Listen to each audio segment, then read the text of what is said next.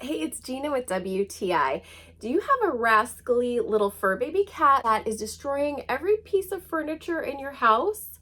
You need something that is going to distract them from doing that and that's easy to put together. I got this cat scratching bed duo from Amazon Basics, and it has been so perfect for my little cat Scully. I love how easy this was to put together. I did it myself in just a few minutes, and this is made with really durable material. There's two little bed areas. Now I have to say the middle one my cat has basically been ignoring, but it loves the top one. She loves being up high, and so this really satisfies that for her. Plus, it's nice and soft and comfortable.